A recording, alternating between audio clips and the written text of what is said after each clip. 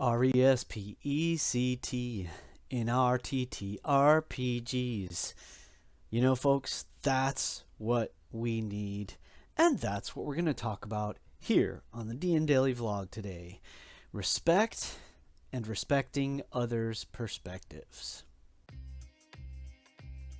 Hello and welcome to 1 in 20 D&D. I'm Gregory, this is my DnDaily vlog, and here on my channel I like to talk about everything connected to Dungeons & Dragons and the TTRPG hobby. Now, this is a very, very important and very big topic, and because of that, I've actually invited one of my very good friends and fellow players to help me out with this conversation, because number one, it's really important, and number two, I can only give you one perspective. Let's face it, look, I'm a middle-aged white dude. So that's the perspective you get from me and my experience through this wonderful hobby that I've been having since, I started playing when I was like 10 years old, about 30 years ago or something. But that's not the only perspective in this game and in this hobby. And I have to say, one of the coolest things about Dungeons & Dragons, and in fact, one of the things that drew me to this hobby in the first place, was the fact that it was, to me, inclusive. It represented diversity. In fact, I'm going to put an image up here on the screen right now. You see this? This is what drew me big time to this game. It's the cartoon that came out back in 1983. I was like 9 years old. This was quintessential to my perspective of the game, number one, because, there are two women and, okay, they were girls because they were teenagers, fine. Two women, there's a young kid who I related to, and all these like cool big kids, right? So at the time, I was just like amazed. I was like, yes, that's the way it should be. And when my friend and I were talking about this, they had said that they weren't even aware of the cartoon, and I shared my perspective that one of the cool things about this hobby is that to me it's always represented inclusivity. When I was a kid, I was picked on horribly. Kids called me all kinds of goofy names and whatever, terrible stuff. You know how kids are. And I always felt like an outsider. But as soon as I met some other kids that played Dungeons & Dragons, they made me feel like it was okay to be weird and strange and different. And it was okay. And they made me feel included. So my friend and I talked even more about this. And if you look at the art in Dungeons & Dragons, the magazines, the covers of the books related to Dungeons & Dragons, like novels and so forth, there's always been diversity. Even the races, the fact that there are multiple races within the game, it's always represented diversity to me. That, in and of itself, lended a certain perspective that I've always had to this game. And so, you may remember I did a vlog about gatekeeping and about how some people look down on others in this hobby or try to prevent others from being as knowledgeable or as good or whatever in this hobby. And I don't understand it. I really don't. It's absolutely bizarre to me to think that we would disregard a woman's perspective or any other person's perspective that is different from us. This game is meant for everyone. It's built for everyone. And it's more fun, in my experience, the more diversity there is at the table. And again, so this is one perspective. This is a small perspective. So what I did is I decided that I would have one of my very good friends. She and I play together every other Wednesday for our Tabletop Galaxy Star Wars game, Second Sunrise. It is super fun, and I have the utmost respect for her. She's young and new to the game, which is great. So there's something different about us that I can gain new perspective from. And not only that, she's intelligent, she's witty, she cracks me up up all the time because she's so funny. She's well educated and she is a wealth of knowledge. Oh my goodness, she knows so much about so many things. Like, seriously, I can't say enough good things about my friend. And, you know, they're fresh ideas, their fresh perspective, the fact that they've just come to the game and just started playing this and other D&D games, the fact that they're just as much of a Star Wars and, you know, fantasy geek and nerd as I am is amazing. And so when she offered to help me with this vlog topic, I was thrilled. So my friends, please give Nif, my friend Nif, the same attention and respect that you would give to me in each of these vlogs, as she talks about a kind of a sensitive topic and she shares her perspective on this hobby and an important element of this hobby. So here you go. Take it away, Nif. Hi, Gregory. Hi, everybody. I'm Niffer.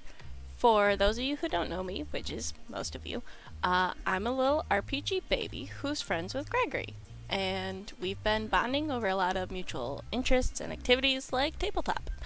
But we're very different in some aspects, somewhat apparently, and that's something that we wondered if that would make a good topic for his vlog. So our topic for today is respecting perspectives. Try saying that 5 times fast. So, a little background about me.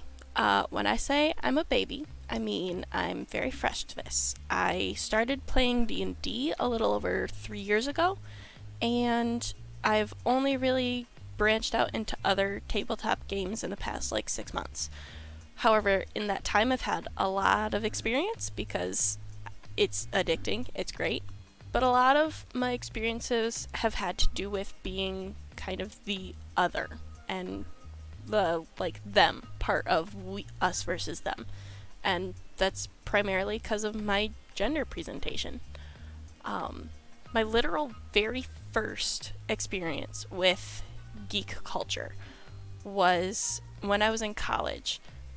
2 guy friends of mine knew that I was playing League of Legends, and they invited me to a LAN party of a bunch of people from the college are gonna go and get to play in the computer lab, it'll be fun. And I walked in, and the first thing that I noticed was I was the only girl. And the second thing was that a guy I had never met before walked right up to me and got in my space and went, "You're a girl," as if I couldn't possibly be real. It was so isolating to be immediately not taken seriously and to not be believed that I was here for real and for serious just because of how I looked as a girl. And that was true the rest of the night. Those guys kept falling over themselves to explain stuff to me as if I couldn't possibly understand or have experience playing heckin' League of Legends. Guess what, nerds? I built this computer. I know how to tank. I could tell so many stories about my knowledge and my experience not being taken seriously, and I'm not the only one. Every once in a while, another person shows up and tries to gatekeep some people out of their game. And while I'm filming this video, it's happened again. And if you just take a few minutes to scroll through related threads, you'll find plenty of women who have the same or worse stories than mine. And it's honestly a 50-50 if people believe them to begin with. And that's not okay. Just because you haven't experienced it doesn't mean it hasn't happened. D&D and tabletop has never been exclusive to one people group.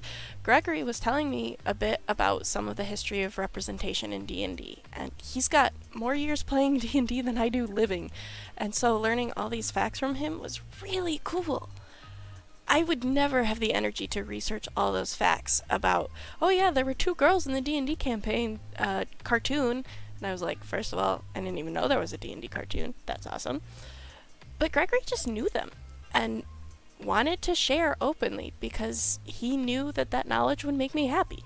So to assume that you know everything about any given topic when you're just one person is ignorant at best and rude and mean-spirited at worst. And to assume that someone isn't important because they don't know what you know is the same. Think about your eyeballs. You have two of them. And you have two of them for a reason. Like, if you've ever tried walking around going like this, covering one of your eyes, you bump into things.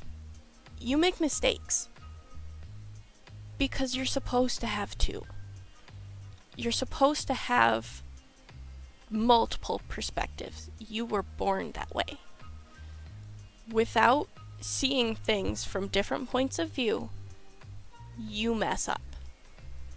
It's not just a good idea to have people different from you at your table, it's necessary. If you surround yourself with people that look like you and that talk like you and that think like you, you're doing yourself a disservice. You're not giving yourself the room to grow, to discover new things. You're just stagnating. You're not letting yourself see that things might not be the way you think they are. When my friends introduced me to D&D, they advertised it as collaborative storytelling. We get to create a story together. Sure, there are dice and there are rules and monster manuals and pencils and papers, but at the end of the day, when you go home with a story that you made together. There's a reason that we use isolation as a punishment. It's because humans are social creatures. They go crazy, literally insane, when we aren't around other people for long enough. People have the potential to be awesome. Games have the potential to be awesome. You should get teamwork and laughter. You should get friends out of games. You should be able to have those experiences of seeing your friend's perspective, or a stranger from a game shop's perspective, or the perspective of somebody you met on the internet who lives halfway across the country and let you guest on his vlog. Those opportunities are how we learn compassion and how we learn empathy and how we learn to be better people. And you can't do that without respecting another person's right to exist in a way that is not your way. Respect perspectives. Thank you for coming to my NIF Talk. Thank you for your NIF Talk, NIF. That was amazing. You open my eyes and you share things with me in such a great way, and I'm so lucky that we've become friends and we get to play, we get to have space fun in space playing Star Wars, which is, oh my gosh. Guys, gals, non-binary pals, to borrow a phrase from our friend Rob, who also plays in some of the games we are part of. It's a great wide world out there. The more diverse your table is, the more diverse your games are, I guarantee you the more fun and interesting times you will have in this hobby. Be open-minded, be friendly, inviting, and respectful. That's what we want from this hobby. That's what people like me and all the people that I'm friends with, we want this in the hobby. We want the hobby to represent that higher ideal. Yeah, we talk about swords and sorcery, and yeah, we might talk about cutting people's heads off and all kinds of violent silliness. And that's the escape from the reality that we're all living in. And what we need to do is make this reality we're all sharing better and better and better every day. And the only way we do that is, like Nif said, respect perspectives. If you respect yourself and you respect the people around you, you're going to create an environment that is healthy and amazing. At least that's been my experience. I'm so grateful that you came along for this ride today. And oh my goodness, we're so close to DnDaily 365, one full year of daily D&D vlogs. Stay tuned for the conclusion here. I'm going to keep making videos after that, but it's still a huge milestone. I'm grateful that you've been along this far. Thanks again to Nif. She's amazing. Check her out on Twitter, Nif, and come see us on every other Wednesday playing Star Wars and having a grand old time. Check out one of these videos after this. Remember, I'll see you at a table someday. Keep rolling 20s until then. And always know, it's your game. Play your way.